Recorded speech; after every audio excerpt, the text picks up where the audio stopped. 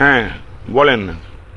হ্যাঁ স্যার, আপনি ওই যে যাওয়ার পূর্বে আমাকে প্রথম বেদম মারধর করে, বুকে উঠে পাড়ায়, লাঠি মারে, ঘুষি মারে। এই বাইরে কিছু লোকজন আছে, বাইরে বলতে আমি কিছু চিনি না, ওই যারা গেছিল তাদের লোকজন। যতদূর সম্ভব আমি দেখেছিলাম যে দরজা আটকানো অবস্থায় ওরা ধাক্কাধাক্কি করছিল, পিটাপিটি করছিল যে আমি হেডমাস্টার লাভ চাই, নাহলে পদত্যাগ চাই। এই কথাটা তাদের কিভাবে করা আমি জানি না। তো এই এক পর্যায়ে ওরা মানে ওই যে আমাদের করা গেছে চেয়ারম্যানের। না, আপনি ওটা ভুল বলতেছেন। এটা চেয়ারম্যান সাহেব তো পরে গেছে, আপনি মার খাওয়ার পরে গেছে। চেয়ারম্যান সাহেব তো কমিটির মেম্বার ছিলেন। হ্যাঁ, ছিলেন চেয়ারম্যান সাহেব ছিলেন, মুকুল সাহেব ছিলেন। হ্যাঁ, এটা তো মাইরের পরে, মাইরের পরে আপনার এই খবর পেয়ে তারপরে ওরা দৌড়ে গেছে। তা হইতে পারে। না, আপনি এই কথা বললে তো ওই ভদ্রলোকরা তো ফেসে যাবে। আপনি একটু বুঝ করে কথা বলেন, নাহলে তো মানুষ বিপদে পড়ে যাবে। আপনার তো কমিটির সাথে মিটিং হচ্ছিল, ওই কমিটিতে তো উপজেলা চেয়ারম্যান বা চেয়ারম্যান সাহেব ইনভলভ না। যখন আপনার বিপদ হয়েছে তখন ওনারা গেছে।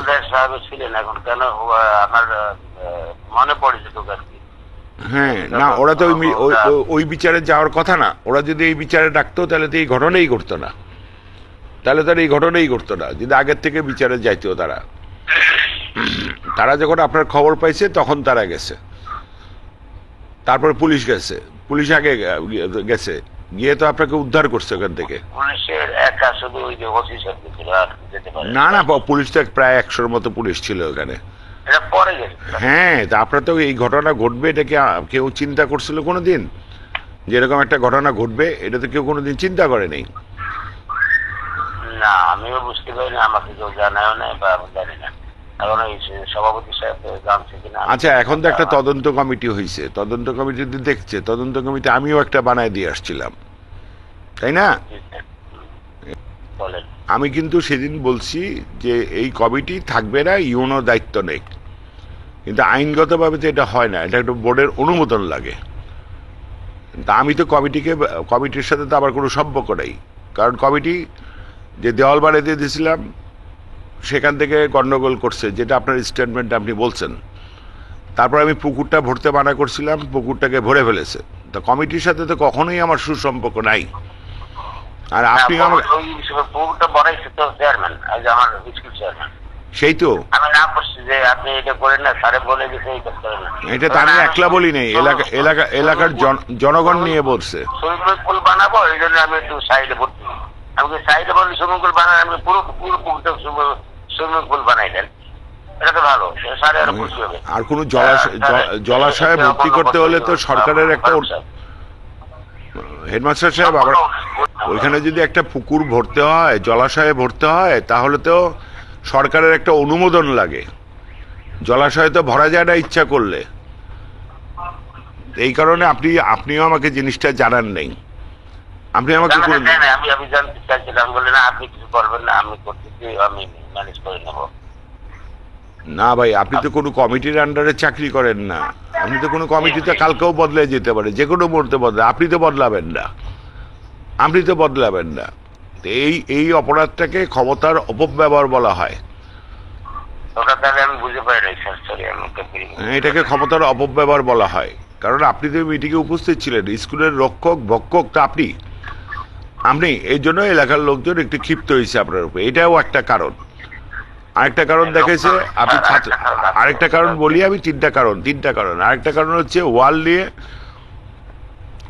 ওয়াল নিয়ে উল্টাপাল্টা হয়েছে। ঠিক আছে, একবার বৃষ্টিতে ওয়াল পড়ে গেছে, এটাও এলাকার লোকজন ক্ষিপ্ত হয়েছে।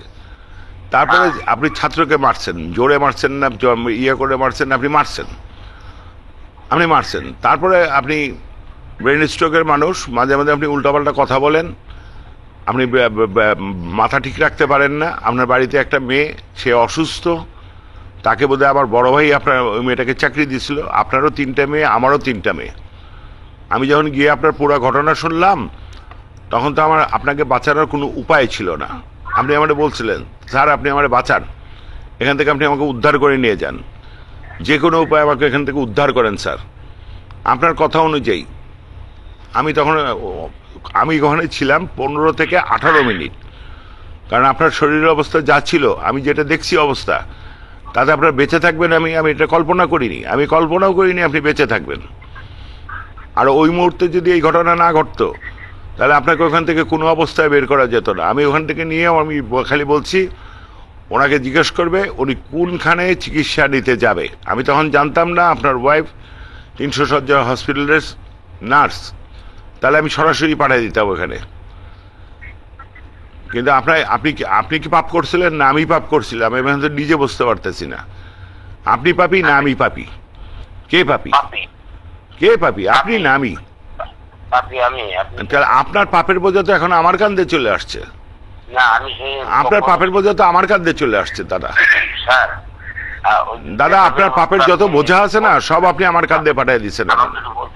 আপনাকে যে পাপি বলা হচ্ছে, আমার মুখ থেকে একবার 1 সেকেন্ডের জন্য সেই কথা বেরোয়নি। এখন